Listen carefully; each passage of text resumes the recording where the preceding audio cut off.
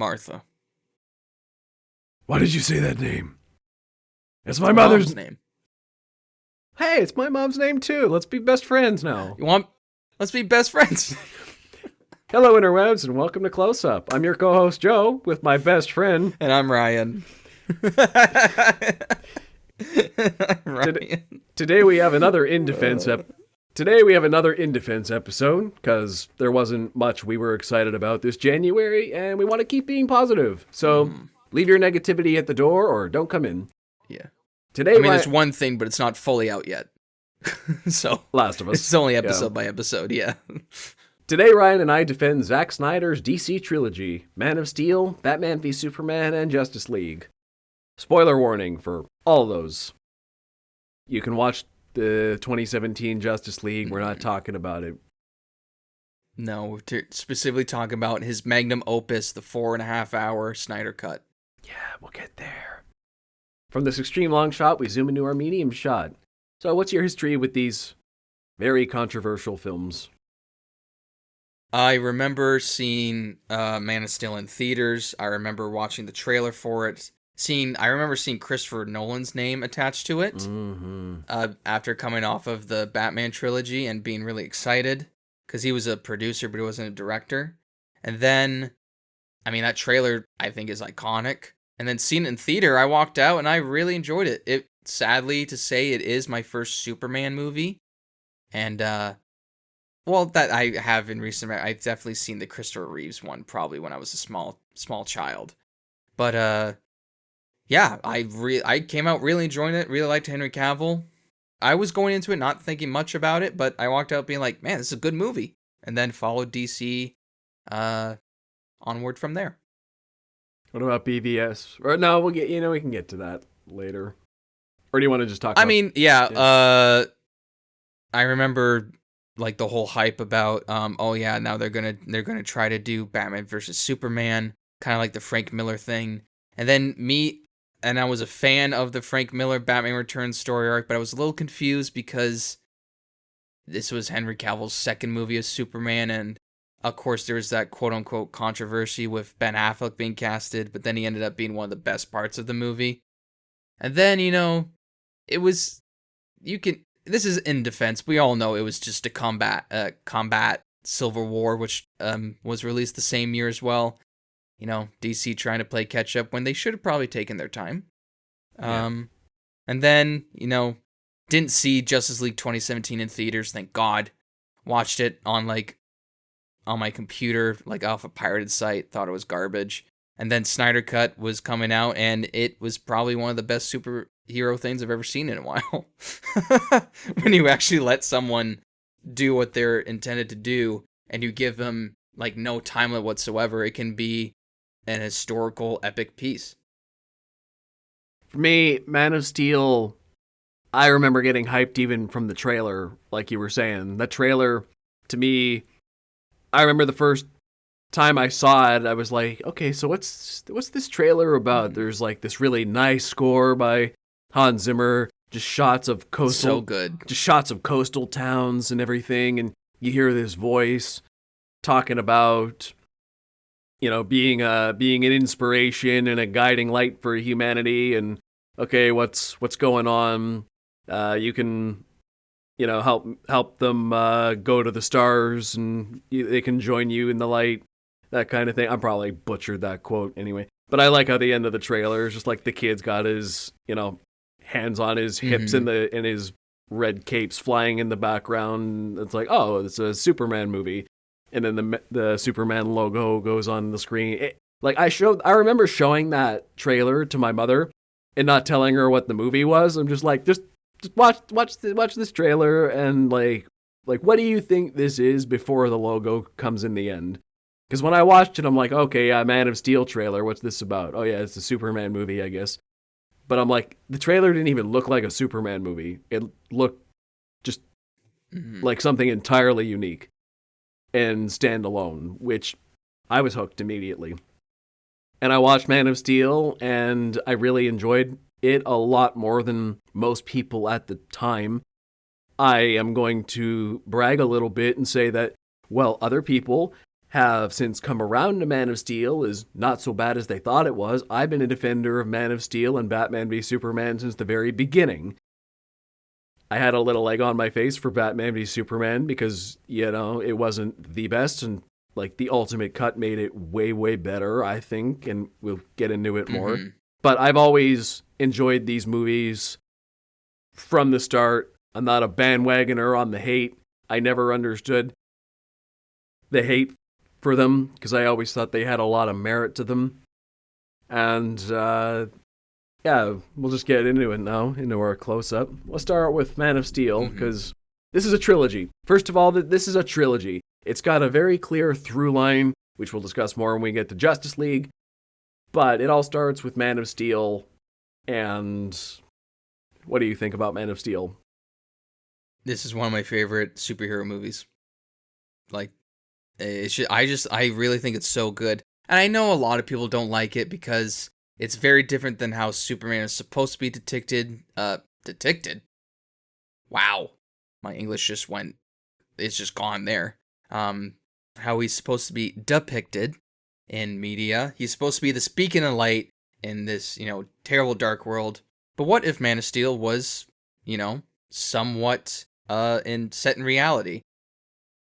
Clark can experience the world as, this terrible dark place, but then learn at the end of the day that humanity is important and we should be able to protect it. And even some of the choices he makes to protect even the smallest people, he does regret and he does feel bad about it. But overall, he'll still protect human life. With all the stuff he's been through, the bullies he had in school, bullies in some bars, in a Canadian bar, and even places where he's worked. And he just, to me, even if this is a darker take on Superman, Henry Cavill still plays it as this beacon of light in this totally pretty dim world that we live in. I love that the action in it is really good for the time, when they're first fighting in Smallville. I think it's really good. For a Superman origin story where he's not fully in control of his powers, I think it's done really well. And that's a big defense that I have of it where, he destroys too many buildings, he's killing so many people. This is his first, major fight. And yeah, he's not too careful with it because he doesn't really know how to hone in his powers. He's dealing with people who are the same race as his, who have years and years of training, so he might think you have to go full out right away. If you're essentially seeing gods battle each other throughout the whole movie, there's gonna be some destruction. And also, I'm gonna call a little bit of, what's the word I'm looking for? Hypocrisy on the people. You watch any of the Justice League animated shows or the Superman show, there's some destruction in that show as well. But you don't freak out about it because it's animated. But, sorry, live action, guess it has to be treated differently? Whatever. I think Henry Cavill is really good. His relationship with Amy Adams is really good. They have good chemistry. Not as strong as Gwen Stacy and Spider-Man and The Amazing Spider-Man, but we all know that can't be topped. We talked about that last week. I think the acting in this movie is superb. The Hans Zimmer score, you can't beat that score. Hans Zimmer is probably one of the top 3 composers of all time. I think it's a great movie. Yeah, for me, I am one of the biggest super fans you will ever or never know, for you listeners. But I always have to preface Man of Steel and say that this movie really only works for me as a what-if tale of sorts, because in a lot of ways, it does represent the Superman I like, and I'll tell you why. But in a lot of ways, it's also, this is not the Superman I would go to. If I'm going to pop in a Superman movie, it's probably going to be Superman the movie or Superman 2, the Richard Donner, Christopher Reeve ones. To me, that is Superman distilled. That is my favorite adaptation of the character. This is a great alternate take. This is 2013. Marvel Cinematic Universe is just kicking off. The Nolan Batman movies have been very successful. This grounded take on Batman. So what if we try a grounded take on Superman? In hindsight, a very flawed movie to start a whole cinematic universe for, because like I said, it doesn't feel quite like the Superman I know, the DC I love. But as a standalone Superman movie, it's a very interesting take on Superman. And the reason I like that is because, as you said, this is a grounded take, and the whole thing is a deconstruction narrative, which Zack Snyder is a pretty big fan of for superheroes specifically. It's about why does Superman do what he does? Ultimately because nobody else can, and he believes it to be right. Nobody forced him to help fight Zod. He did it to save his home. It's not as inspiring as most versions of Superman, but every other grounded take on Superman seems to have him turn into a dictator or a general asshole. So, because power corrupts and absolute power corrupts absolutely. So, Man of Steel making Clark Kent neutral good for most of the film is still a shock for a grounded film. Even in this world where there's extreme destruction from these alien invasions, hour-long fight scenes, Jonathan Kent even having some people think morally questionable decisions. Oh, should you have saved those kids on the bus? Maybe, maybe not, I don't know. There's a lot of moral grays in this movie, but the fact that even in this grounded world, Clark Kent ends up being a good guy who uses his powers for the betterment of the world and continues to do so into the sequels, I think that's still pretty inspiring for one of these grounded type narratives. You deconstruct Superman in these movies, and a lot of people dislike the deconstruction because they think, okay, Superman is just a good guy who does good. Why do you have to make it more complicated than that? And I agree, in general. But if you had to do this take on it, I like that at the end of the deconstruction, he's not some asshole who's going to use his powers for his own betterment in the end. At the end of the day, he is just a good guy who helps people because he can, and arguably because he has to, but nobody's making him do it. He still feels the obligation to protect his home and his family, and there's that great scene where General Zod is saying, okay, well, you are Kryptonian. We're trying to make Krypton on Earth here, and we could do the exact same thing as Krypton did. You can live amongst your own people on Earth. So what are you fighting us for? And he said Krypton had its chance. So he has his line in the sand. He could be with other people who are just as powerful as him with his own kind, but he chooses to ally himself with humanity, with Martha and Lois and Perry White and his co-workers at the Daily Planet and Smallville, the people he grew up with. So his heritage is important. It is a driving force in the movie. Jor-El talks with him a lot too. He kind of gets to know his father a bit throughout the narrative, and it is a curiosity for him, but with all this great power, he still chooses to do good with it in the end. So that's why the deconstruction is a bit annoying. You kind of have this whole movie just to get Superman where he arguably ought to be from day one, but he still ends up there. So you can crap on it all you like for the journey, but I think it's an interesting journey to put on if you had to do a Superman reboot. So yeah, I just think it's an excellent film just because of how I love when they can take these sort of otherworldly stories and these sort of impossible stories and try to make them as grounded as possible, but also make you believe that he still fits in this superhero world. And I think Man of Steel does that excellently. I mean, say we will about Zack Snyder in terms of written story, he's an excellent visual filmmaker, and I think this one knocks it out of the park as well. The fight scenes are great. Michael Shannon as Zod, underrated villain. He puts on the performance of his lifetime here. He's incredible. And you understand Zod's motives throughout the whole thing. He executes most of the council at the beginning because arguably the council is what led Krypton to dying. And Michael Shannon at the very last minute is... They're arrogant, corrupt, and don't want to listen to reason. Yeah. So he takes the more anarchist approach to it, but hey, they're running on the clock here. And then they send him away in those really weird shaped space pods to the Phantom Zone after arresting them. And Krypton, they send, well, first he kills not Kent, sorry. Jor-El. Jor-El. He kills Jor-El before they can send the baby away to space, and then and then sadly we see a great visual spectacle of Krypton exploding, and you see the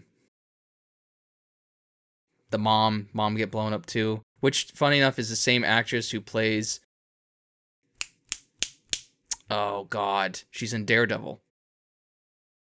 Oh. She's oh my god, Kingpin's wife, girlfriend. Vanessa, thank you. It's the same actress.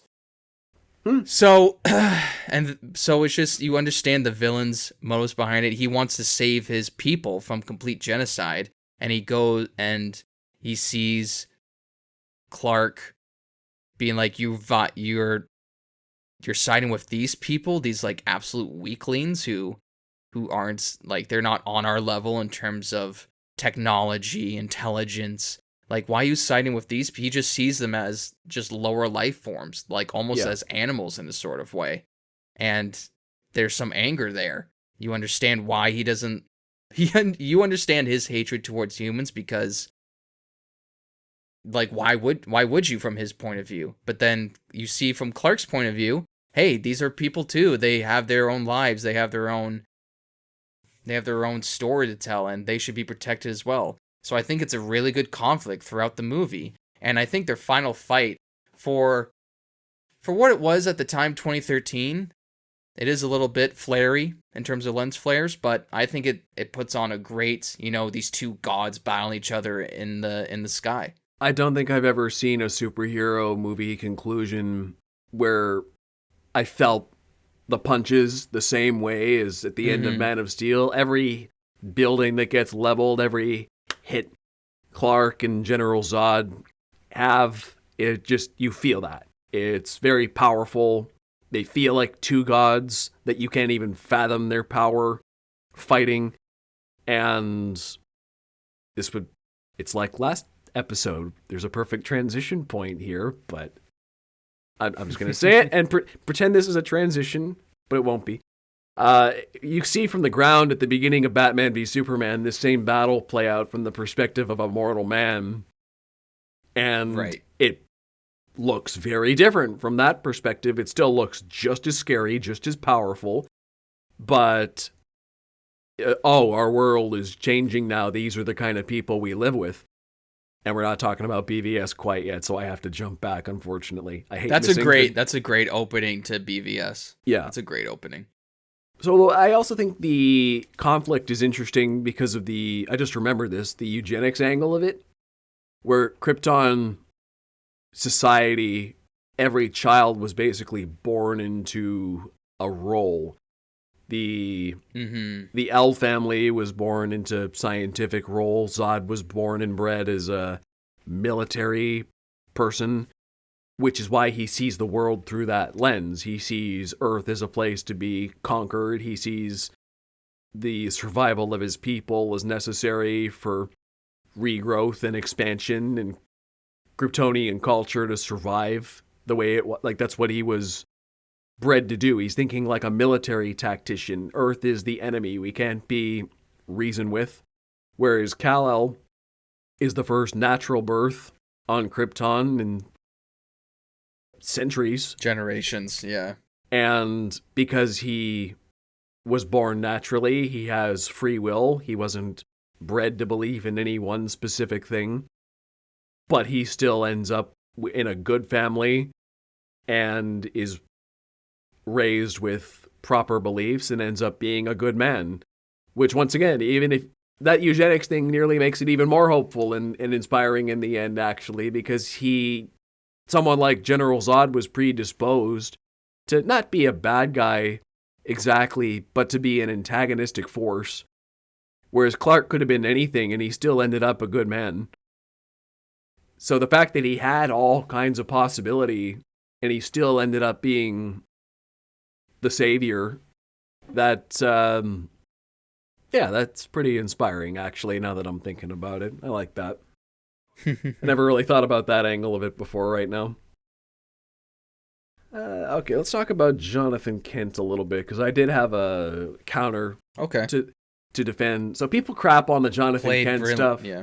Because he didn't tell, because of the bus thing specifically, should I have let those other kids die? Maybe. He didn't tell Clark to let the other kids die. He says maybe. He doesn't have all the answers. Yeah, because he's conflicted. Have my kid exposed and taken away to who knows where, or other people's kids? Maybe let them go. Of course, he knows Clark made the morally right call, and he made that morally right call because that's probably what John and Martha raised him to be like as a person. But as a parent, he realizes that moral righteousness of Clark's is going to put him in danger someday, whether it's against General Zod or just good old Earth law. It's going to put him in conflict with somebody and maybe have him be hurt or worse, killed, which it does eventually in Batman v Superman. It kind of realizes all of John Kent's worst fears. If he takes up this fight for moral righteousness, it's going to put him on a collision course that'll get him killed eventually. So John Kent in a way was right, but he also talks him down against fighting the other kids. He says, well, Clark, you can be bitter, but, you can't fight back with these people because you're so much more powerful than them. What are you going to do? You got to have self-control. So he instilled that wisdom in him from a young age. You do see him give some decent life lessons. I'm having a hard time thinking of a defense for the tornado scene right now. I mean, it's the same thing. It's just, how much can you buy that? No, you stay here and let the old man go get the dog. And don't save me because it'll expose you. Don't use your super speed or anything. Once again, it's how much can you buy that moment? I still personally, I know it's indefensive, but I'm going to talk about it anyway.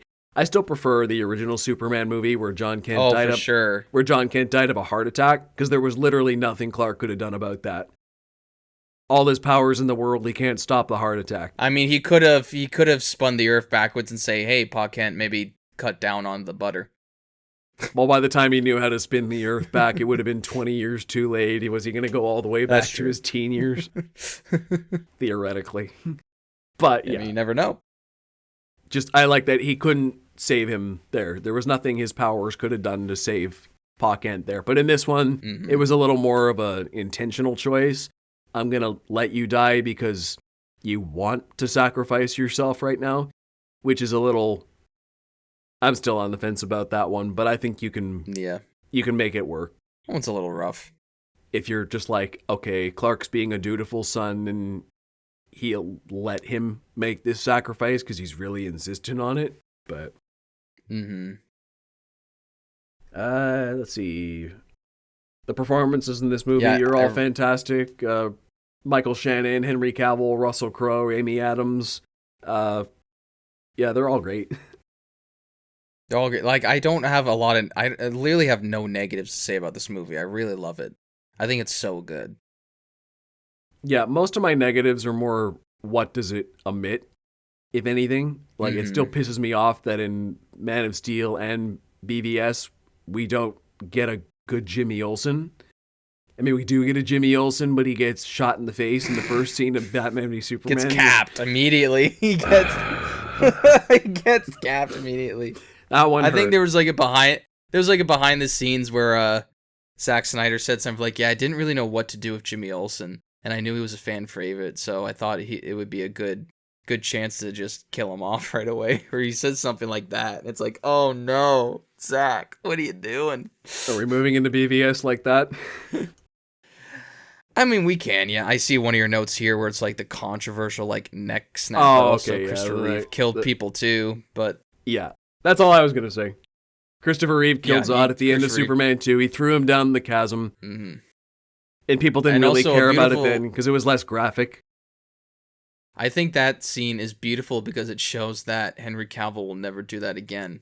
Or at that moment, he realizes like what actually taking a life feels to him, and that he will like swear by it to never do it again for as long, like if he has no choice. Like, see, he will try his best to not kill. Yeah, this is the difference between... This is where Zack Snyder's grounded reality comes into play and where the controversies really start, I think. Because you get... So you get Superman and you could argue, okay, yeah, in this grounded reality, against an opponent of equal might, he had to finish the job this time. And because he did that, it taught him there's always a better way to handle it. And I couldn't do it this time because I didn't have enough control, but I can be better. Okay. And then in the next one, you have Batman, who also lost his way and has been killing people for a long time. And you have Wonder Woman, who is she's a warrior by nature. She kills people a lot too. Like most of the Justice League kill people in this universe because in Zack Snyder's grounded reality, that fantasy idea of everybody survives in these big power battles, you're going to have to, like, these people can't just fight endlessly. If you see how much destruction General Zod and Superman have when they fight, and that's just one version of this. If these people are fighting all the time, it has to end eventually. They're not going to end until they killed each other most of the time in a grounded reality. So I understand Zack Snyder's point of view there. It doesn't, the comic book purist in me prefers the more generally optimistic outlook that the heroes can talk people down, come back as arch enemies later, whatever, keep going on that back and forth. But I get it. There's an argument to be made for it. That killing... Well, do you want to go into something more upbeat? Or do you want to go into a more downtrend of emotions? Into Batman v Superman? Batman v Superman.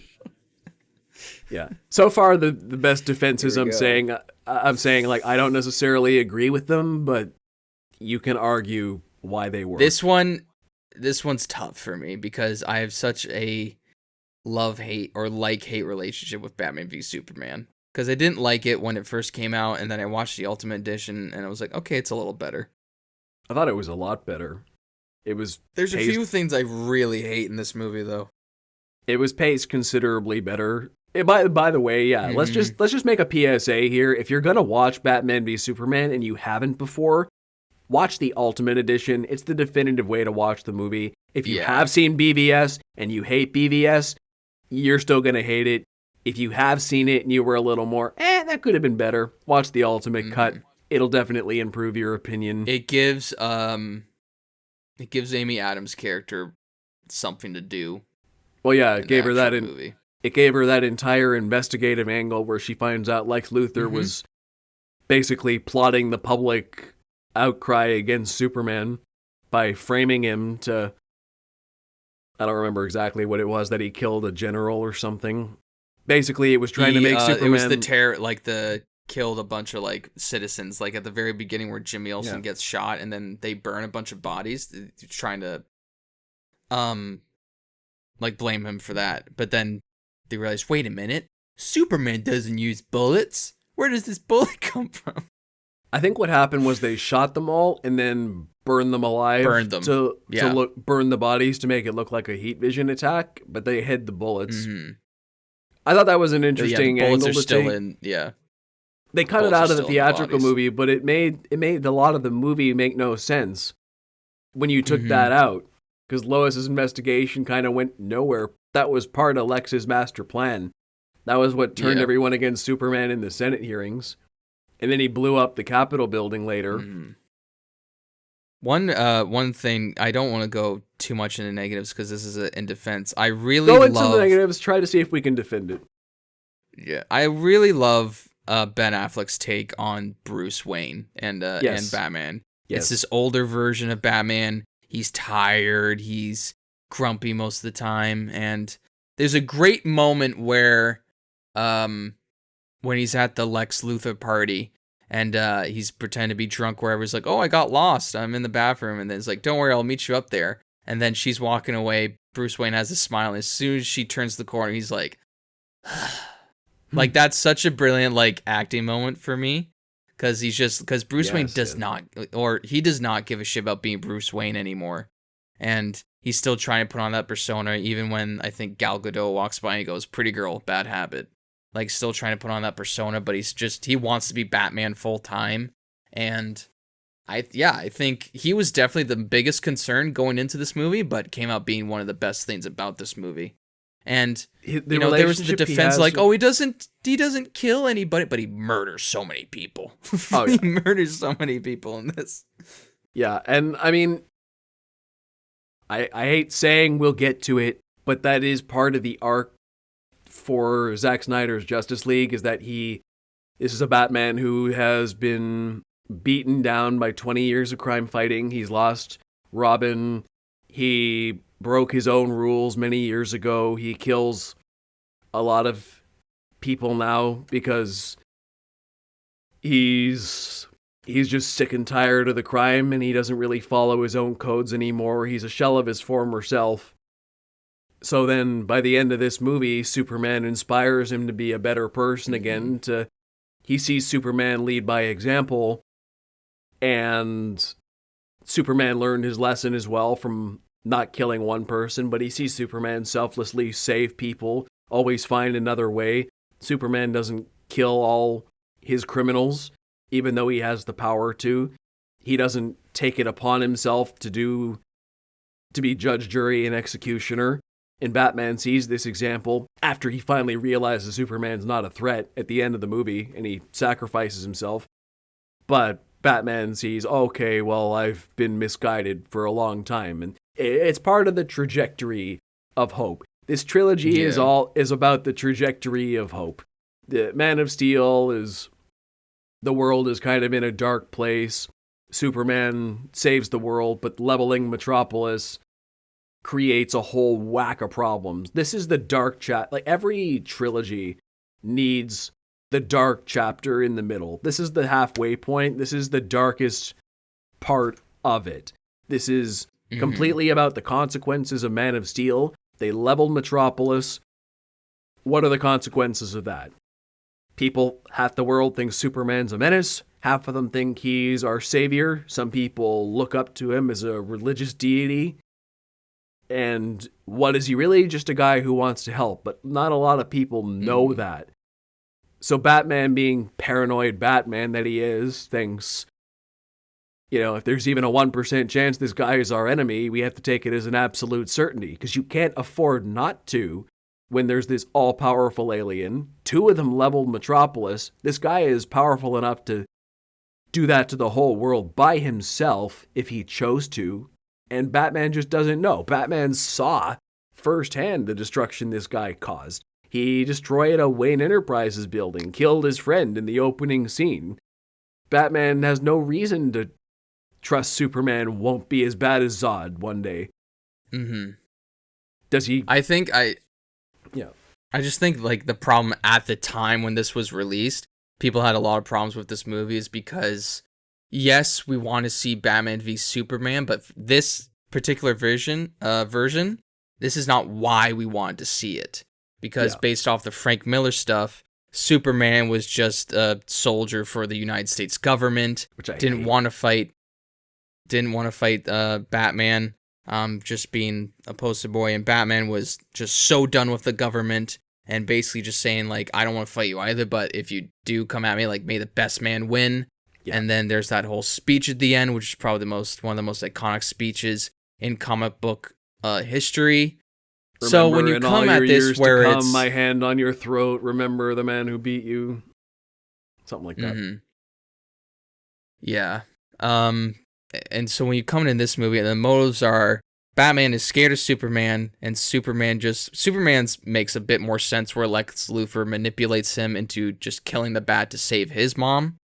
Where Batman's motive is just to, well, he's got a 1% chance of going evil, so we might as well just kill him. Where you can argue Batman has like an 85% chance of going evil, so he should die.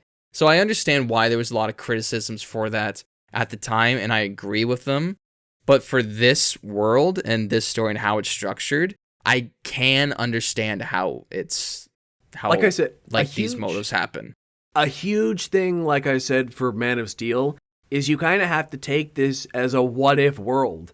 Does it? And I think Zack Snyder's movies work. This trilogy works very well as a what if story for the Justice League. This is not a fantastic one-to-one adaptation of DC's world from the comics. It's way too dark, self-serious, not hopeful enough. The characters aren't idealistic enough versions of the heroes that we know and love. And I think that's part of the reason this universe gets shat on so much, is because unlike Marvel, you knew these characters already. You know what a good Batman's like. You know what a good Superman's like. So to have them in this story, which to be clear, I think it's a decent story, like you were saying, on its own merits, I think it works. But when you watch this movie expecting Batman and Superman to act a certain way, it feels a little weird. But I'm trying to judge it as a movie here, not necessarily as a the DC fan in me likes it too as a what if take. This is not what I wanted to see the DC universe. I think people just really want it. Yeah, exactly. People want to see what the actual DC universe is. But, if people complain, just watch the animated universe or the new 52 animated universe that they did. Yeah. Which I haven't watched, but I've heard decent things about it. And that's the thing. My appreciation for Man of Steel and Batman v Superman skyrocketed when I started seeing this as a standalone trilogy. Man of Steel, Batman v Superman, Zack Snyder's Justice League. It tells its own story. It's a compelling story. It's got a consistent through line about, like the onset of hope and then the end of Batman v Superman. Hope is gone when Superman gets killed. And then in Zack Snyder's Justice League, hope rises again. Everybody learns from Superman's sacrifice at the end of Batman v Superman. They come together. But it's so as a trilogy, it's very thematically linked and tells this crescendoing story about heroism getting more like the DC universe we know in this world. But once again, can you stomach it's a how they got their story? This is how Superman became Superman. The clue is in the title, Man of Steel. This isn't a Superman movie. This is a story about a guy who, with invulnerability superpowers, who later becomes Superman. He's got all the iconography of Superman, but he's not Superman yet. He's a Man of Steel who has to earn that role as an icon. And that's what this whole trilogy is about, because he does earn it by the end of Justice League fully. Yeah. Let's get into the most controversial bit, because it's just on the next thing I see on my list here. Jesse Eisenberg. Let's tackle this. It's bad. It's a bad Lex Luthor. I can't defend this. He plays a good villain. He doesn't play a good Lex Luthor. And that's he plays more depicted like he's the Riddler or Joker. Yeah, I see that. And that's basically what my entire rant was about. I'm going to link it back to that. He's an interesting villain. If you're just watching a movie, I think he's pretty memorable. Actually, his mannerisms are really psychotic and weird, and he's when he shoved that Jolly Rancher into a senator's mouth. Yeah, he's off-putting and interesting to watch. Is he Lex Luthor, as I know him? No, not really. But that's also me bringing my own preconceived notions into the movie. It doesn't mean the movie's bad, or that Jesse Eisenberg's performance is bad. It just means this is not what I wanted Lex Luthor to be. It's not a good adaptation of Lex Luthor. But, try to judge it on its own merits. And I think it's a lot more improved that way. And that's really that's the best defense I can give that. It's, It really is, because when you think of Lex Luthor, you think of this stoic, man with a booming voice who's just trying to take on Superman because he's just a little bit jealous and he always gets into his corporate schemes. And then you come into this movie, it's like this little sneevling guy who plays basketball and, he's talks about how gods are like gods and versus man or whatever. And he wants to just be this make a villain that destroys God. And it's just kind of like, did you have to call him Lex Luthor? So I understand, like, again, the motives for Lex being a villain are pretty decent, but also, I just hate that they called him Lex Luthor. I mean, at his core, he is there. That hubris that one of the most brilliant men in the world wants to be the guy who takes down God. That, on paper, is Lex Luthor to me. I know, yeah, that's true, but it's just the portrayal of it and his mannerisms and the way he goes about it's very different. That he's basically the Mark next Zuckerberg thing on your list. of... Yeah, the next thing on your list I find way more insulting than Lex Luthor is how Doomsday is created. It's a mixture of Kryptonian blood and Lex Luthor, which, if you think about it, is the exact same as Nuclear Man from Superman 4. I'm pretty sure that's how he was created back in the day. Actually, yeah. And you're right. So, here's the thing about Doomsday. Here's how it's supposed to be. In the comics, I don't know how it is in the animated universe. In the comics, he is a cloned person from thousands of dead babies because this mad scientist wanted to create the ultimate killing machine and throw whatever and then cloned it 1,000 times until it was indestructible beyond anything comprehension. And then that Doomsday killed the scientist, ended up somewhere in space, headed for Earth, eventually murders a bunch of people, including Booster Gold, and then Superman and him fight. It's an epic battle. Most of it, I think, is at night, which makes sense because Superman is solar powered. I'm off today, and it's an amazing fight. Those two duke it out. They both kill each other, and they both charge at each other with one big final punch, and they both knock each other out, and it's beautiful. Here, he's born from the body of Zod and a few drops of blood of Lex Luthor, and for some reason he becomes a electromagnetic pulse with every hit he gets from either nukes or electricity. He gains more power, and I think even they say something. Zack Snyder tweeted something in a tweet after the movie came out. That's not technically Doomsday, but in the movie, Lex Luthor says, "This is your Doomsday." So I'm going to take from what the movie said and not a tweet.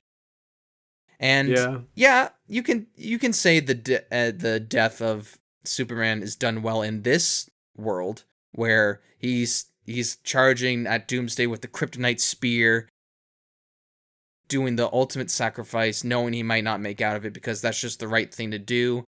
And before, I guess we can touch on it later. So this is why I went into this movie, and I really...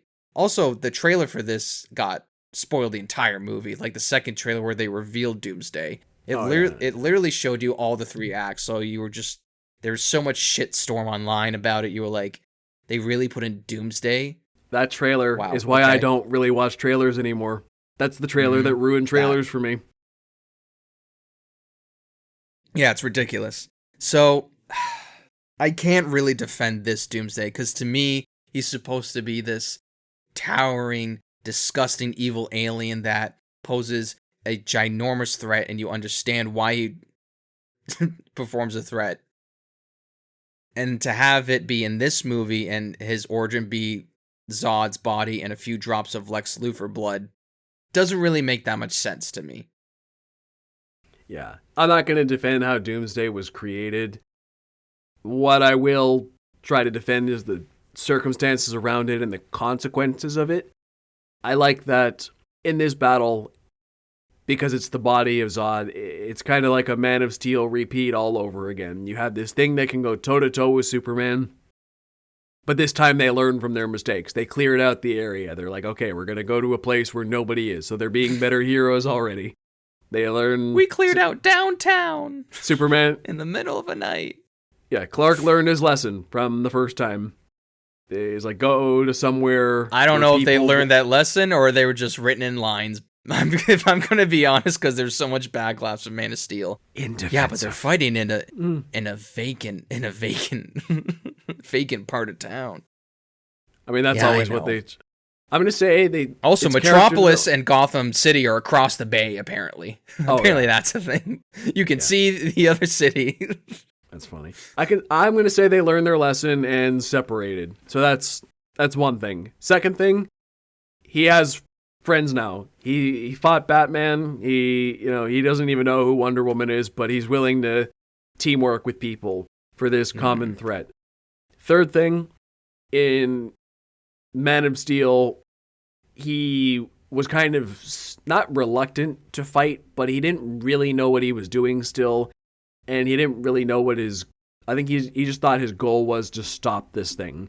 And so then in the end, he had to kill Zod. And in this one, he's willing to not just, he wants to kill the creature, this unnatural beast, to save the world, but he's also willing to self-sacrifice this time, which also shows some character growth. Because the first time, I don't know if he was really willing to self-sacrifice, because he was probably confident enough that he could make it out, mostly. He was never really in a position where he had to face his mortality in Man of Steel.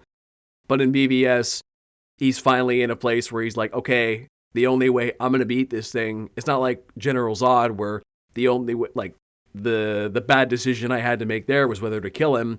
Now the bad decision is, do I kill myself too? And he says yes, not really hesitating even. He takes the spear, and he dies along with Doomsday. And to me, the aftermath got me at the time. Seeing everybody in mourning and the big societal celebration for Superman with the statue and the black grave, like in the comic book, that got me. But what got me more was seeing the private funeral in Smallville with his family. Mm-hmm. That was a great moment there. Yeah. It's just a crazy thing where it's like, I don't know if we want to transition to it right away, but where you see a little bit right before the film ends, you see the dirt rising from the casket. But then they just have to revive him anyway in Justice League, so the dirt rising doesn't really that make much sense. Anyway. Not really. Let's talk about the actual fight, though. The actual Batman v Superman fight. I think it's okay. I don't think it's amazing. I think for some of the moves, though, there are some like great moments in it where it's Batman is punching Superman, and then he's slowly coming out of the haze from the kryptonite smoke, and he just stands still, and Batman's like, oh, there's that as well. I think Gal Gadot's introduction as Wonder Woman, first time you see her in the suit, is amazing. I think she blocks the Doomsday blast, and then she comes back out of the shield, and then you hear her theme where it's like like that's just a great movie moment. And then she just charged Fool's head at Doomsday. Well, before that, they go, "Is she with you? I thought she was with you." Like, I got a that's funny a great story. Moment. I got my funny story about my brother in that moment. He hadn't watched any of the trailers for Batman v Superman. So as he's going in the movie, he has no idea who Gal Gadot's character is. He's just kind of taking it verbatim. And then when she shows up in the costume at the end, he's like, "What? She was Wonder Woman the whole time? Wow, that's actually shocking." And I'm like, "Yeah, Luke, that's why you don't watch trailers. You taught me, like, that terrible trailer, and Luke's experience taught me trailers are bad."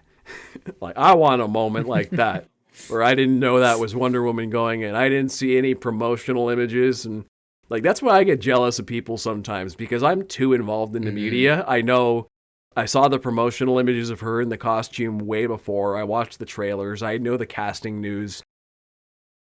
Guys like my brother and my parents don't know stuff. Yeah. Because they just experience it.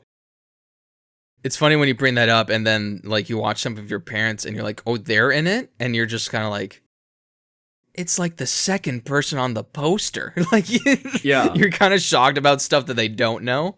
But again, they don't watch a lot of stuff. Yeah. So seeing these kind of things with people like that, it's even more fun. Like, oh, wow, that's Wonder Woman. I had no idea she was in this movie. So it feels like more of a twist if you're not a nerd, not as much of a nerd, and don't follow everything all the time. Yeah. What about Save Martha?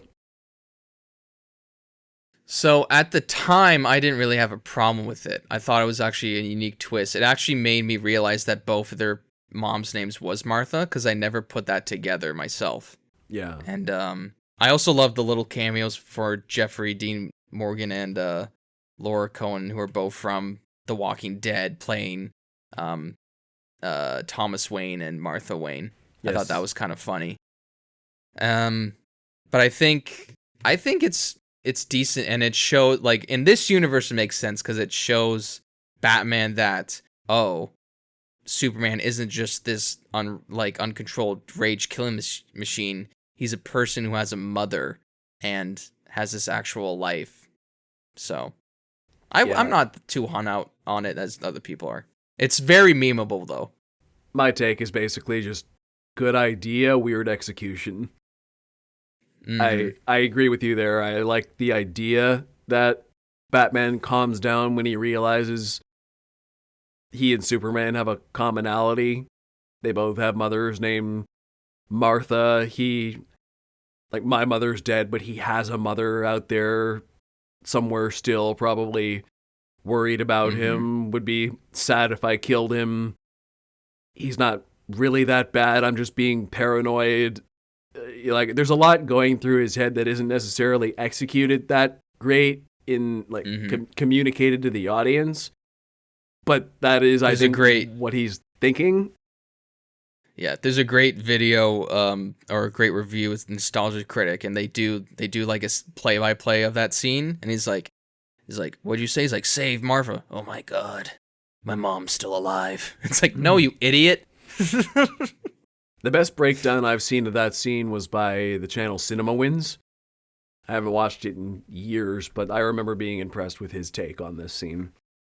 Mm. So is that like the off-brand CinemaSins? They're better. I prefer Cinema Do you think Wins. they can sue him? Are they the same company, or is... No, it's different, but I prefer Cinema Wins by a mile. Is it not in the same style, though? Oh, it's exactly the same style. It's a blatant ripoff, but the idea is that he wins movies. He talks only positive about movies instead of looking. No, I get that. I'm just wondering if there's a lawsuit there. If there's a lawsuit there at all. I think because they have different things. Cinema Sins is a nitpicker. Cinema Wins likes the positivity. Their branding is so clearly different that even though they're doing the exact same shit, like edited very similarly too, they're distinctly different. So I think I don't know, but I recommend him. He always makes me feel good about movies, even movies that I'm a little on the fence about. I always find great takes by him in those. He's very good. The positivity is nicer than the nitpick. I haven't watched Cinema Sins in years, but I watch Cinema Wins consistently because it just makes me feel good about movies. And he had a good take on BVS, was my point. So yeah, BVS, that's the dark middle chapter of Zack Snyder's trilogy. It's got a lot of interesting ideas. I like Clark investigating into the Batman vigilantism as well, realizing, in the ultimate cut, realizing that this Batman vigilante's gone very far over the years. He's kind of a public menace. He's probably somebody who should be taken down nearly villainesque. And Batman's parent, they do build up the reason for the conflict better. Oh yeah, and one of the best Batman scenes of all time in this one as well. The warehouse fight scene. Oh, the warehouse. Yeah. It's very good. Yeah. So, I don't know if we defended this one fantastically, because it is probably the weakest of this trilogy. It's a tough one for sure. I don't think it's bad. I don't think it's bad. It's definitely not bad. I'm not even that over the moon about it when I'm defending it, because it's somewhere in the middle. Okay. I'm like, it's just okay. Yeah. It's the best I can say about it. My whole point that I'm trying to get across is it's not as bad as people make it out to be. I'm not saying it's a masterpiece. I'm not saying I especially like it. It's not as bad as Justice League 2017. I'll give it that. Yeah, because BVS actually had a vision. Zack Snyder Yeah. clearly had a story he wanted to tell with BVS, even if it didn't get executed as good as it ought to have been. And I think that's really the thing about Zack Snyder, is that he's a great director, less so a storyteller.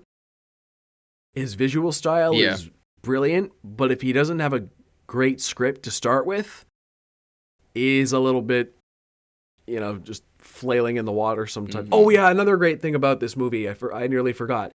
The dynamic between Ben Affleck and Jeremy Irons is my favorite Alfred Batman dynamic. Oh yeah. This movie gave us that. I love how they're basically equals at this point. They're long past the, oh, Master Bruce, do you sure you want to do this? And they're just like partners. Alfred does his stuff. How old is fucking Alfred? He's got to be ancient, man. He's older just like than in Ben every Affleck. media he shows up. Yeah, it's crazy. But I also like Ben Affleck playing this weathered version of Bruce Wayne, who's just seen too much crap. Yeah. Jeremy Irons is very good. Especially, he's also pretty good in that Watchmen show, if you ever watched it on HBO. Yeah, it's Ozymandias. He's very good in that. Yeah, very good. Very good actor. Yeah. I'm a fan of that show. I do like Watchmen stuff. I thought there was going to be a season 2, but I don't really remember. Maybe it didn't get renewed. I don't know. Watchmen season 2.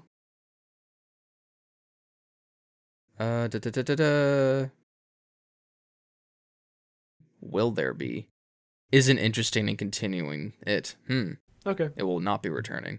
That's interesting. Because I just know there was like a cliffhanger, but it doesn't really need a second season. No. Okay, so yeah, it was good. Maybe we'll double back to BBS a bit if we think of good ways it ties in for Zack Snyder's Justice League. But yeah, like I said before, it's the dark middle chapter. In it, it's where everyone hits their lowest point before they can rise to new heights in Zack Snyder's Justice League.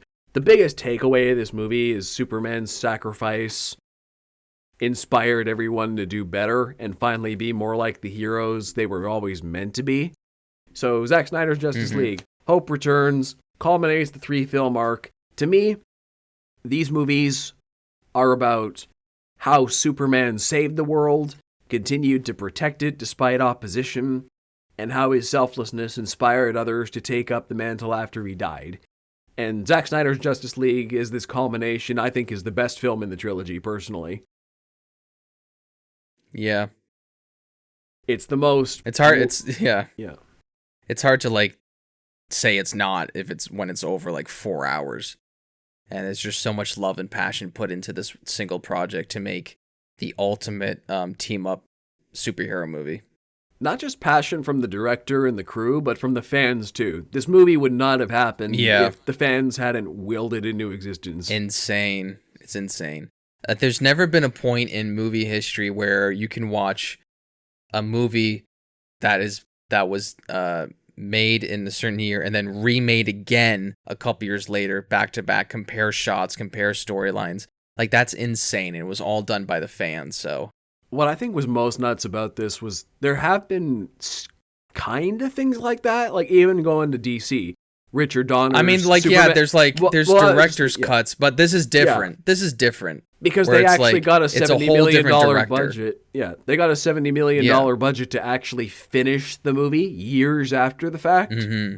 It wasn't just a director's cut of cobbled together clips they had. They actually finished the movie. Yeah. With special effects and everything. It wasn't just composite shots.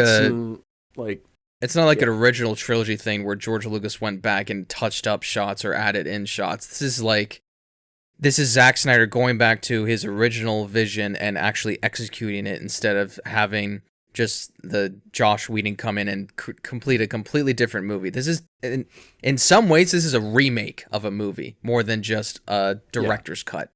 Well, the funny thing is, the first time I watched it, I was a little bit disappointed just because the story was basically the exact same, and there were a lot of scenes I recognized. But then I'm also like, yeah, but I like the story way more now that it's fleshed out. Better. And every scene that I remember is either better in this context or was clearly directed by Zack Snyder the first time. and just put in a worse context. And I'm like, Yeah. it's just better. Like, I was disappointed I didn't get more new out of it, but I was also like, everything here is just better. So the motives are much better. The characters are way better. Even some of the action, like Quarter Digital does a great breakdown of it, where when Steppenwolf first appears against the Amazons, you actually see them do the full stunt where they hit against the wall and land on the ground. Where in the Whedon cut, it's just them hitting the wall. Or when you see the Queen Amazon running off with the box, you actually see the full swing of the Amazons breaking the box. Like, everything has intent with this shot. It's not just like a quick edit. Because I think Zack Snyder is fascinated by the human body and how strong it can be in its form and the physique. And there's some intent with it. And with the Snyder cut, particularly there, after they knock the pillars down, the whole thing collapses into the sea. And it's a perfect CG creation of what would happen if that happened. It's dramatic. Like, oh my God, we just trapped Steppenwolf in here, but also like hundreds of our soldiers in there just willing to die to protect this mother box. What happens in the Joss Whedon cut? They knock the pillars down and Steppenwolf just breaks through the wall. That's what happens in the Whedon cut. So they're like, all that build up, dramatic like build up to break the pillars means nothing. Or that so it's just little stuff there. Or that bit in let's say later on when Superman's revived and he fights the whole Justice League.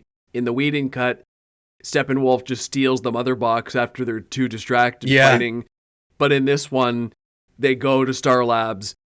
Silas has this whole heroic sacrifice. Cyborg's father has this whole heroic sacrifice trying to mark the mother box, I think it was, before Steppenwolf can get it. There's a whole scene after that when Steppenwolf fights to get the mother box. It's so good. There's one thing... I know it's a bit memeable, but the one thing I liked about the Whedon cut is when Superman face? No, I hate that. But when Superman picks up Batman and he asks him, "Do you bleed?" I thought that was an interesting callback. That was a good. But I thought that was a Snyder thing, but I guess it was, and I was like, "Oh, that was the one thing I was missing." And another thing people liked in the Whedon cut was when Flash is afraid of fighting, and Batman just says to him, "Just save one." Just save one person and see what happens there when they're first to get against the parademons. But that's not in the Snyder cut. What's he do in the Snyder cut again? I don't remember. I think he's still afraid of fighting, but he's not. He still goes to save the people. There's not like a. I don't remember if there's really a pep talk for Batman or not. I think if I remember what happens, Flash isn't really that hesitant in the first place. He wants to save the people. He's just not that. He just doesn't. He's more afraid of his combat prowess. So I remember Flash being more badass in that scene in the Snyder cut. He did a lot more than just save people. He was actually like carrying he was the main support member of that crew in that scene. Yeah. How do you feel about the 4:3 aspect ratio? I was going to bring that up when you talked about Zack Snyder's fascination with the human form. I think, from what I understand, this was his intent here, because the 4:3 sort of squishes the screen into a more vertical ratio, which the way he films this is very much...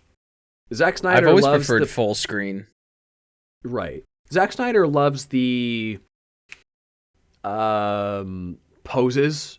He loves when the way people move, their poses, and like he makes it look like it's coming out of a comic book. And this 4:3 aspect ratio makes everything look taller, larger than life. When you see these heroes in the 4:3, they look taller. They look more heroic, doing everything they're doing. Just something about that aspect ratio makes it feel more superheroic than most other superhero movies. Just from the aspect ratio, it really creates a mental change in your mind. I agree. It was pretty distracting at the time, but then at first, I got used to it. And I've actually, funny enough, I've watched Snyder Cut twice. Yeah. One not recently, but I almost kind of want to rewatch it again because we've just been talking about it, and I actually really like the Snyder Cut. But there's also like a black and white version, but I don't know if I want to watch that version because I kind of like the muted colors here. That's another big difference here. In the Joss Whedon cut, the color palette is like cranked up to 11. Like the saturation is off the charts. And here it's more toned down. It's more grounded in that Snyder universe. It looks really good. Yeah. Part of me kind of like the saturation just from seeing the Flash's costume because I think it's a well-made costume. But to set it in this universe, it's really well done. Personally, I think it could have used a bit more balance. I think this is the most bright of the trilogy. Like Batman v Superman was especially saturated and like desaturated to show how dark that movie was. Zack Snyder's Justice League, I think, had the most colors popping, which once again is part of the point. It's the most hopeful of the trilogy. But I think it could have used just a little bit more. You didn't need that full-on Joss Whedon saturation of it, but it could have used more to really hammer home that point because of the hope. Because when I was watching it, I'm like, okay, I get what you're going for, and I do feel it, but I'd feel it more if it wasn't so desaturated still. And I know that's your style, but...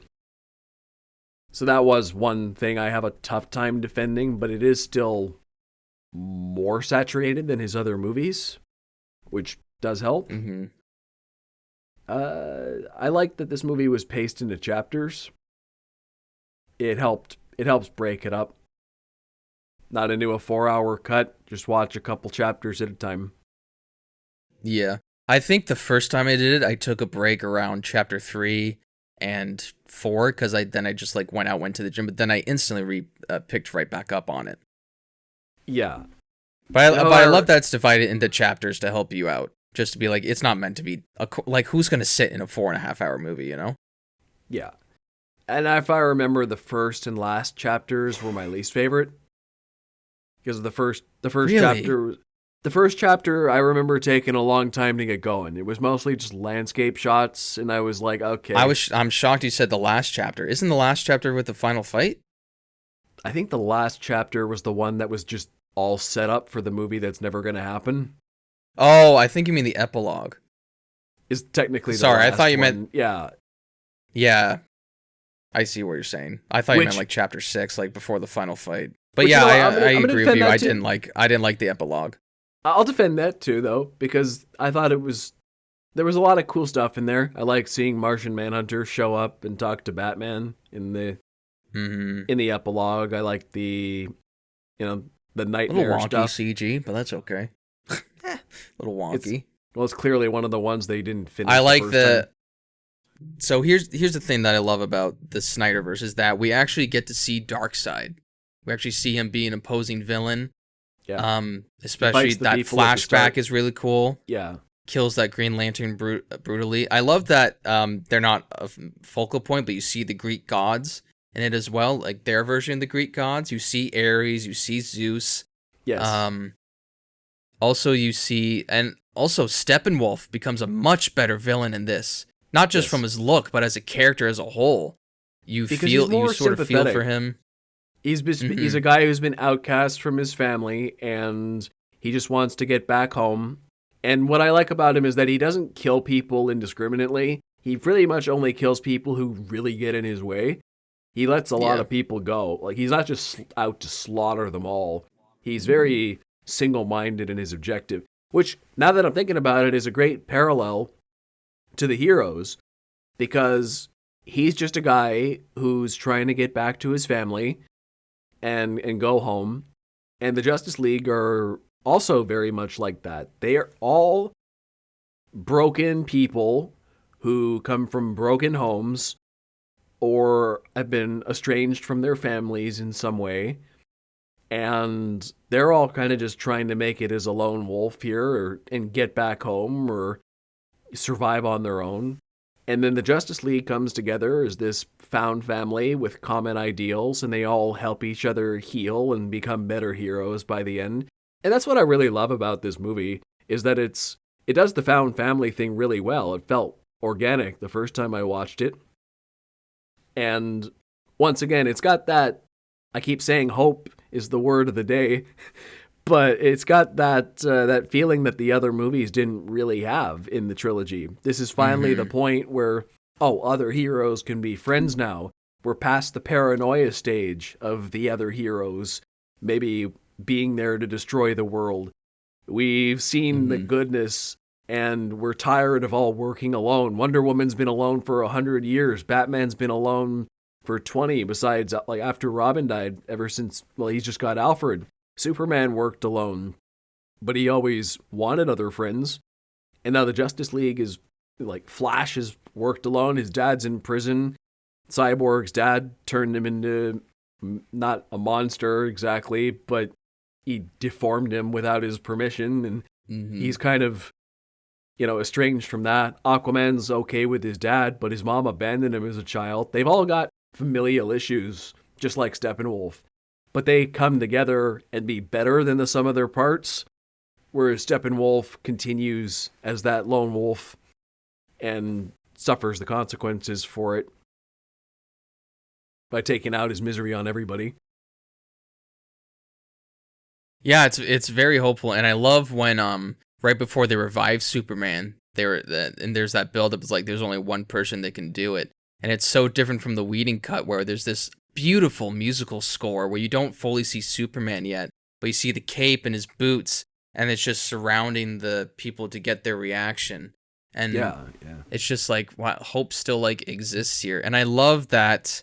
Is it Ray Fisher? That's the actor's name. Yep. I love that he like actually gets like a storyline here, and I think the Gotham football scene is really well done. How he just pulled off this amazing feat which some pro NFLers can't do, and his dad's not there. And for someone who's played sports and you've had like a really good game, obviously not as important as this, and like your parents aren't there because they have work or stuff.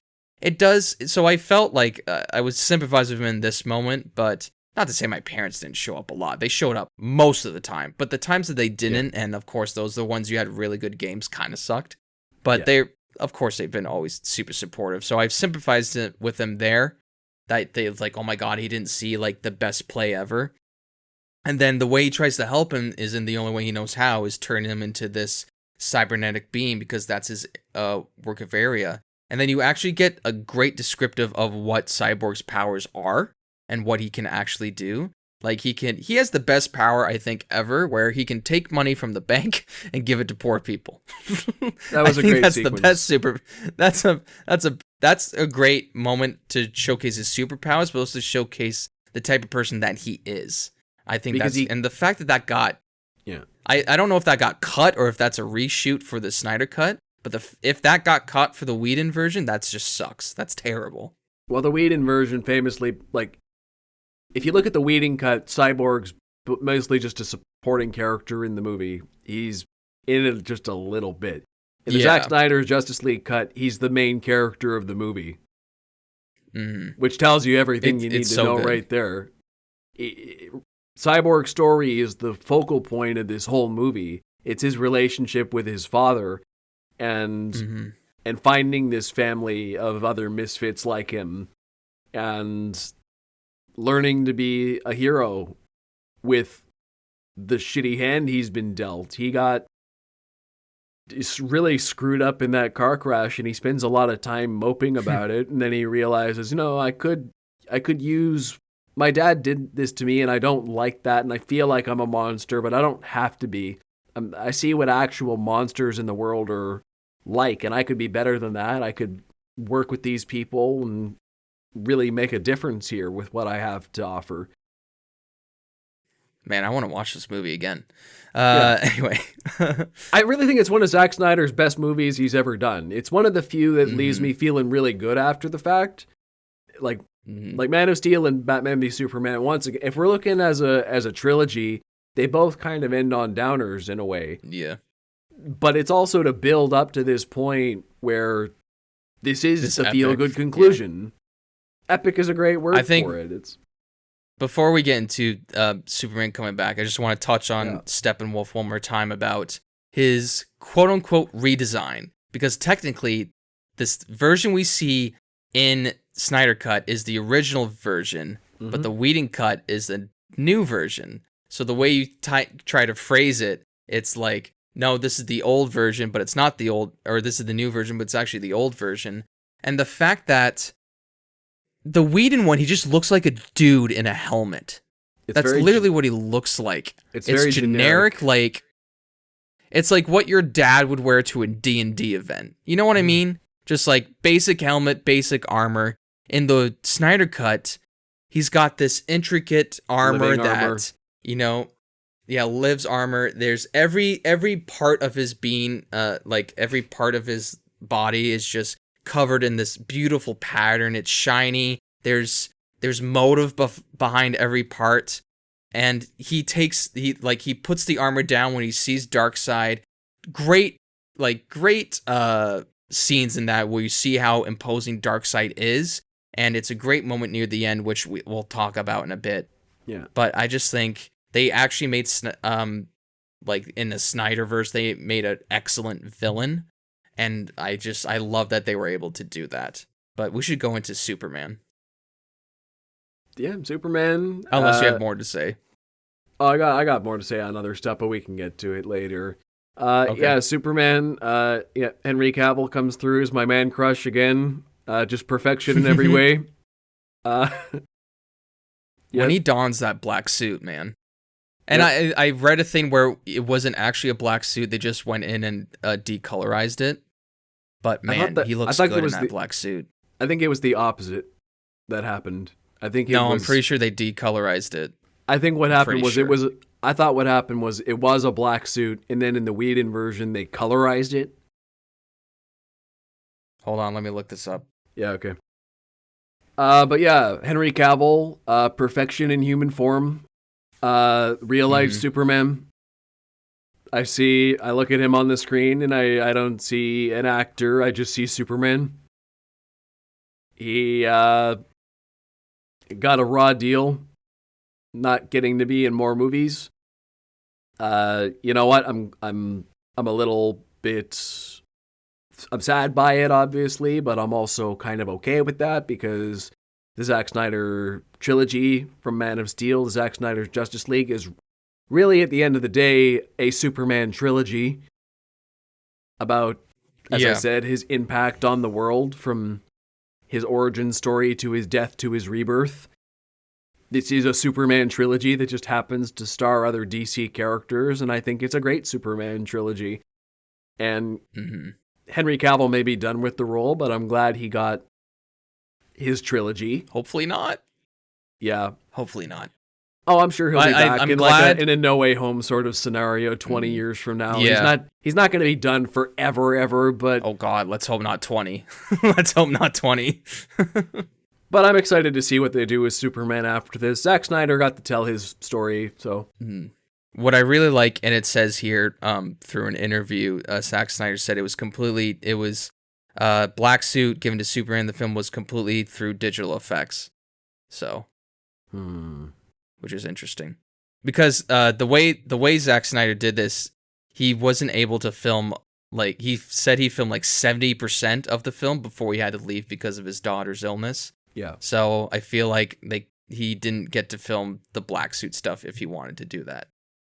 But the scene where Superman is going to get his new suit, he's back in the Fortress of Solitude, and he goes by the couple of suits. He sees the Zod suit. He sees some suit. He actually sees like the armor suit that his dad wore, which I thought would have been pretty cool.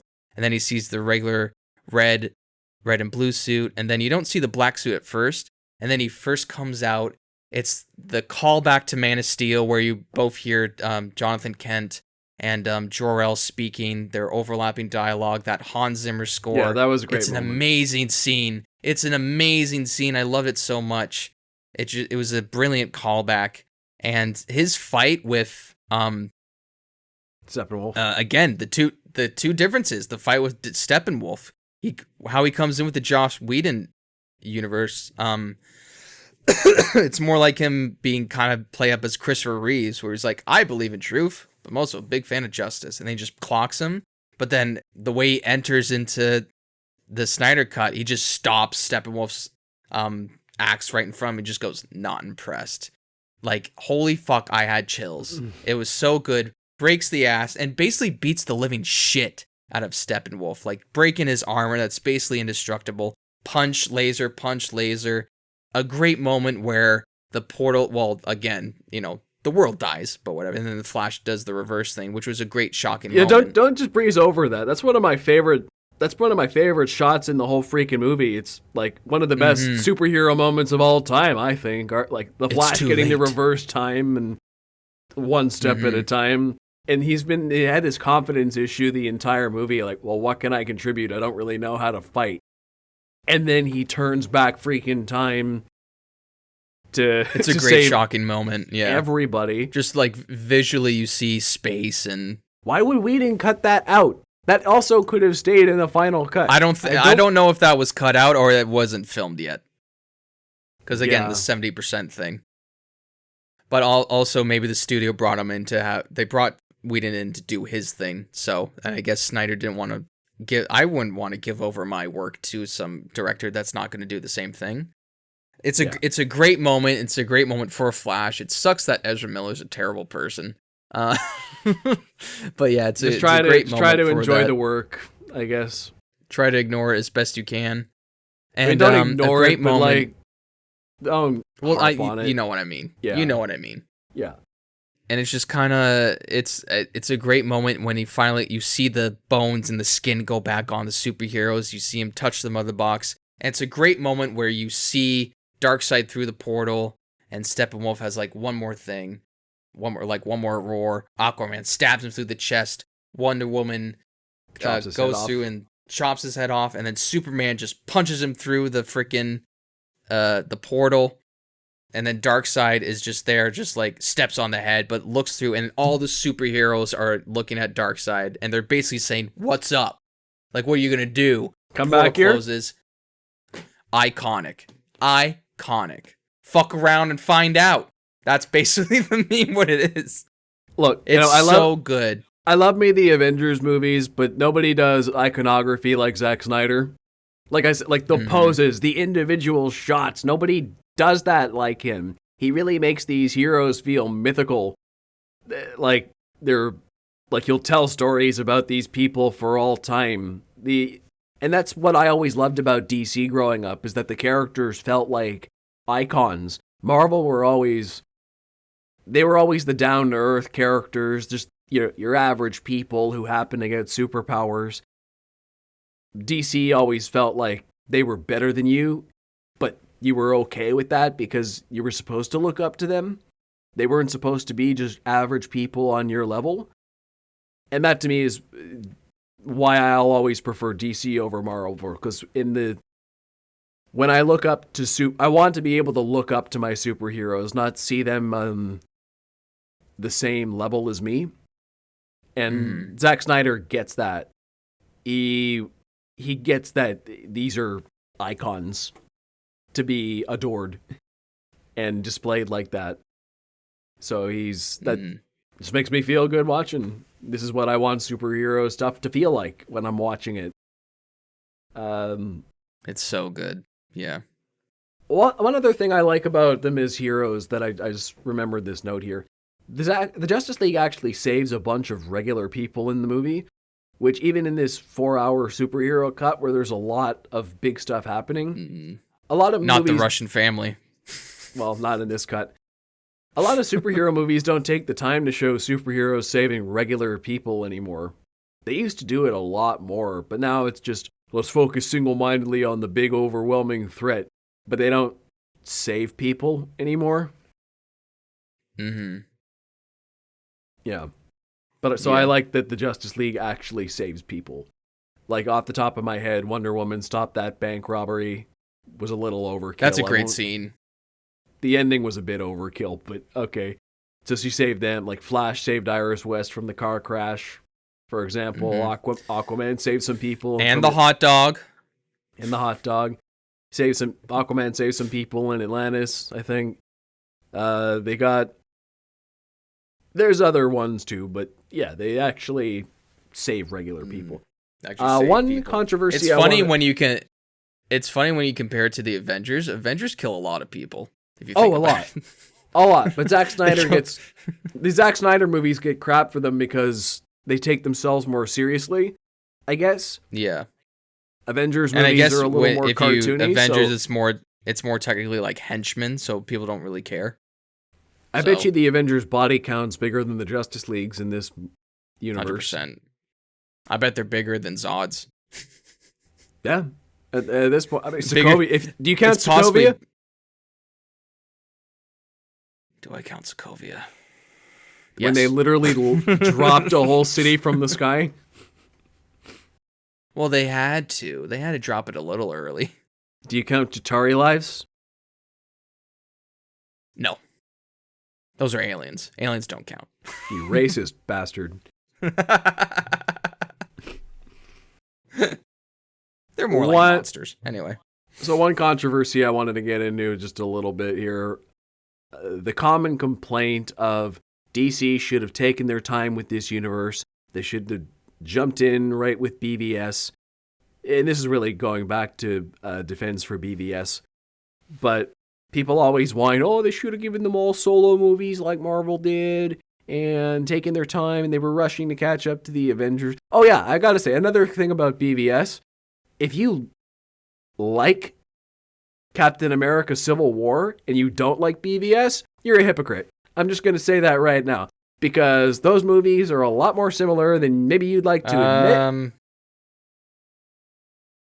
I don't know about that. No, they really... No, they're very... Because Captain America Civil War had, 8 years of build-up with these characters? Batman v Superman had 1 movie. Doesn't matter. The plots different. The plots of those 2 movies are basically the same. So they're if basically you like, the same, but one had better build-up. Doesn't matter. I don't think either movie's fantastic, but I always thought, okay, my opinions are consistent on both. I just know some people love one and hate the other, and I'm like, I don't care what kind of build-up the one had. It doesn't make Civil War a great movie. Doesn't make BVS a great movie either. But they're similar enough Civil that your War is a opinions ought to personal be favorite. consistent.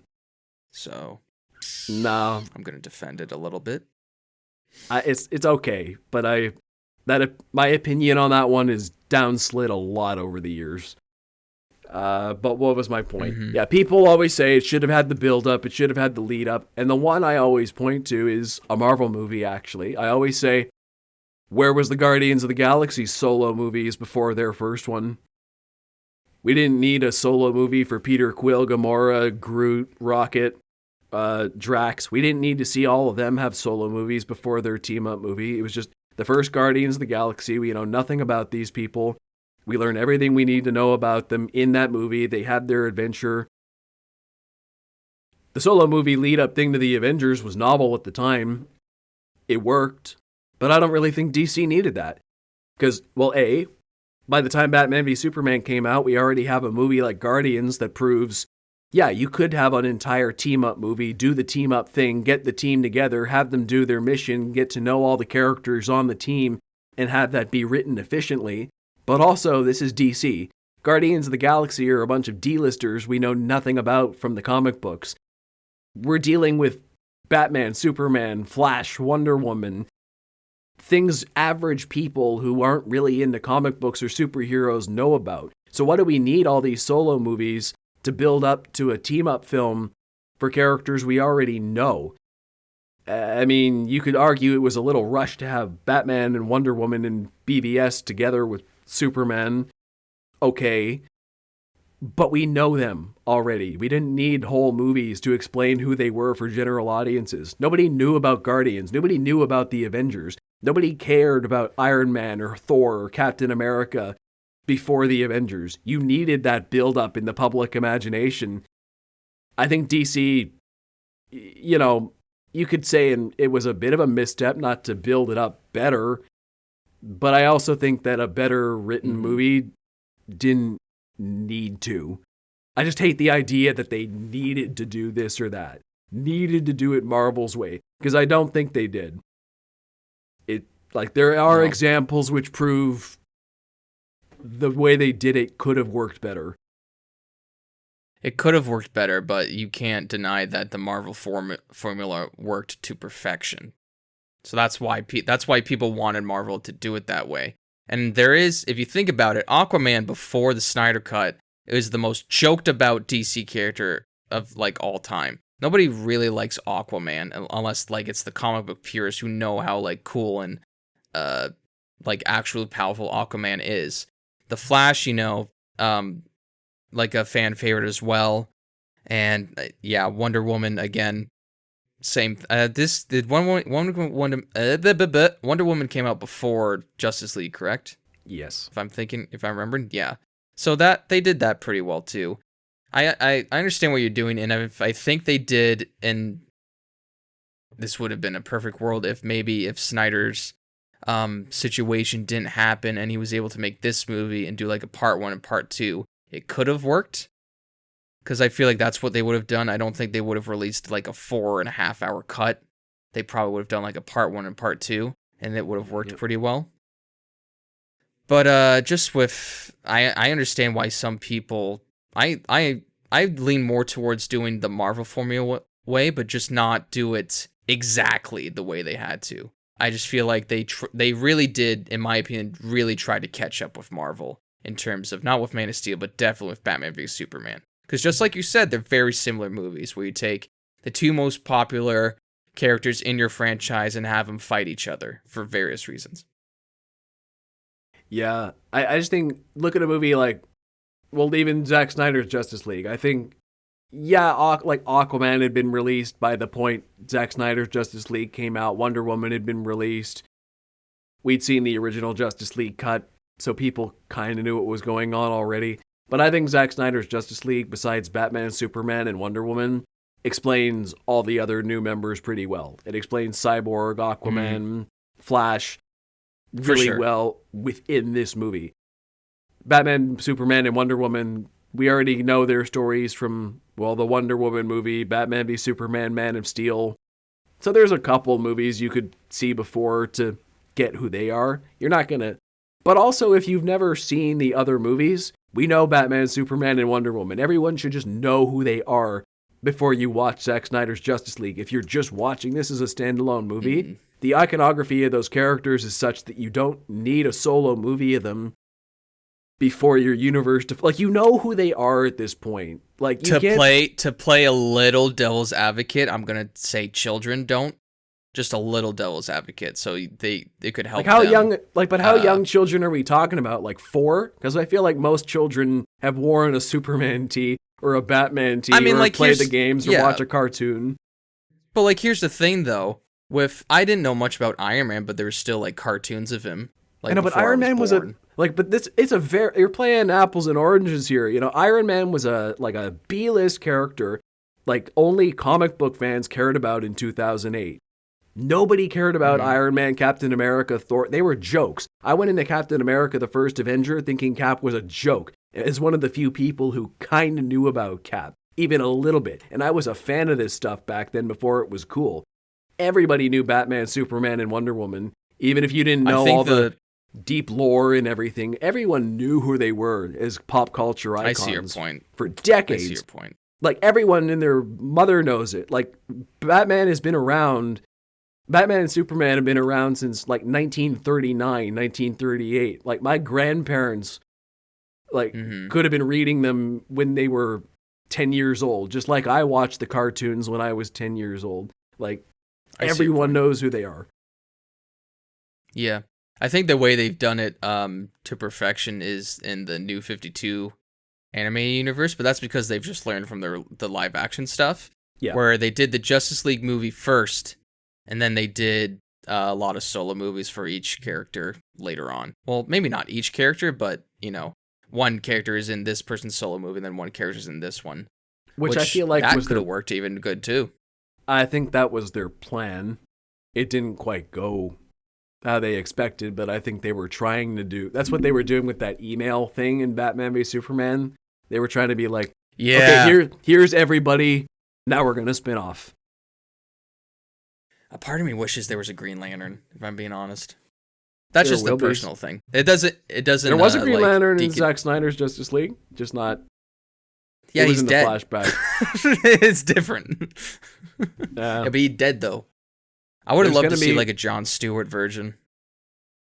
There was a version of this movie where Martian Manhunter was Jon Stewart instead. I know. Interesting. Okay. I know there was talks that like when Martian Manhunter comes to see Batman at the end, there was like 50-50 that it was going to be a Jon Stewart too, or like in either or. It was either going to be Martian Manhunter or Jon Stewart, and they settled on I think Martian it'd be Manhunter. yeah. If it's not Jon Stewart, I would love if Nathan Fillion played a live action Green Lantern because he's voiced him a lot in the animation stuff. Oh yeah, So I think it'd be perfect. he's got Hal Jordan on But lock. he's too busy with The Rookie, which I've heard is Yeah. actually a pretty decent show. It's a decent cable show. I stopped watching around season 3. The first two I think seasons it's got a were spinoff, so Oh yeah, I've the heard first two it's pretty seasons good. were really good, and then the creator left, and it just started getting like overly preachy. The writing started taking it down. Like okay, Just like every cable show. yeah, like all nuance has gone out the window now. It's less interesting. Whenever I see those commercials for just like regular ass cable shows like Chicago Fire or like The Rookie like that, I'm always like, this is gonna last one season. And then you look it up, it's like 6 seasons later, you're like, holy shit. Yeah. So yeah, Nathan Fillion should bring a Green Lantern in. I heard they're making an HBO Max show for Green Lantern still. Okay.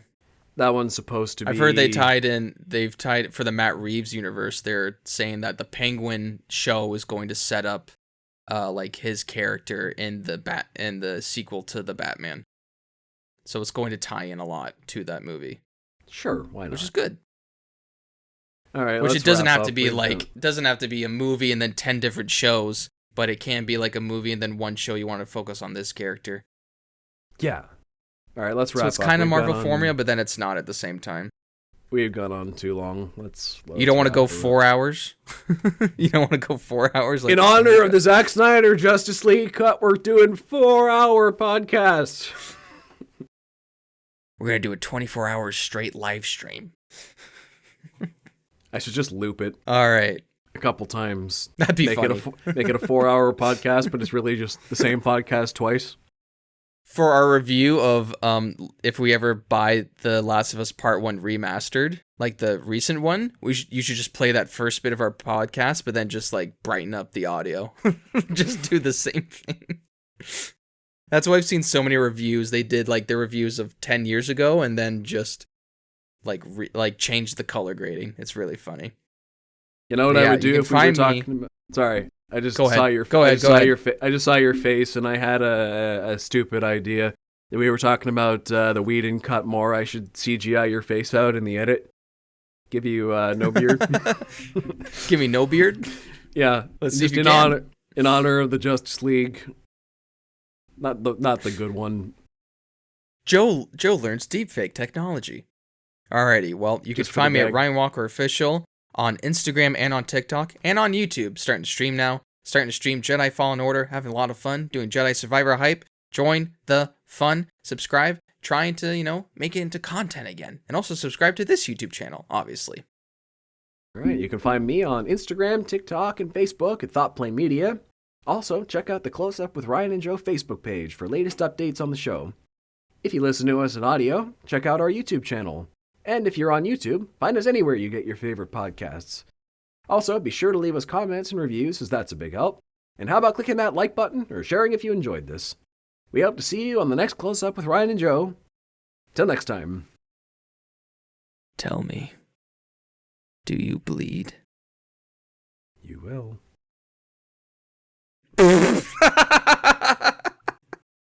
I'm just imagining if he said it like that. You will.